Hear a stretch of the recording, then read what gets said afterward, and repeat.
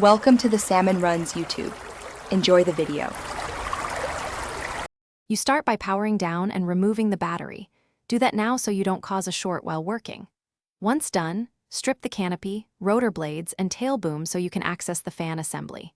Make sure to lay out screws by size in a tray and use a magnifier to spot hairline damage. You'll need small Phillips and hex bits, tweezers, and a multimeter for motor checks. Keep parts organized to speed reassembly and avoid losing tiny washers. Now you open the gearbox and access the fan, remove retaining screws and note spacer order. You're inspecting fins for cracks, bearings for play, and motor contacts for corrosion because these cause most failures.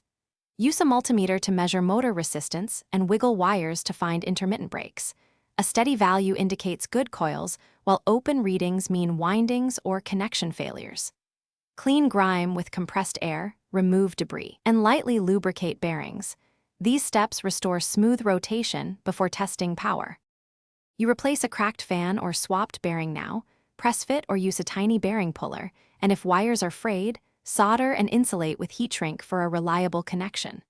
Once rebuilt, reassemble in reverse, making sure spacers and shims return to their exact positions. Torque screws evenly to avoid misalignment. Reinstall the battery and test throttle response, listening for vibrations or rubbing.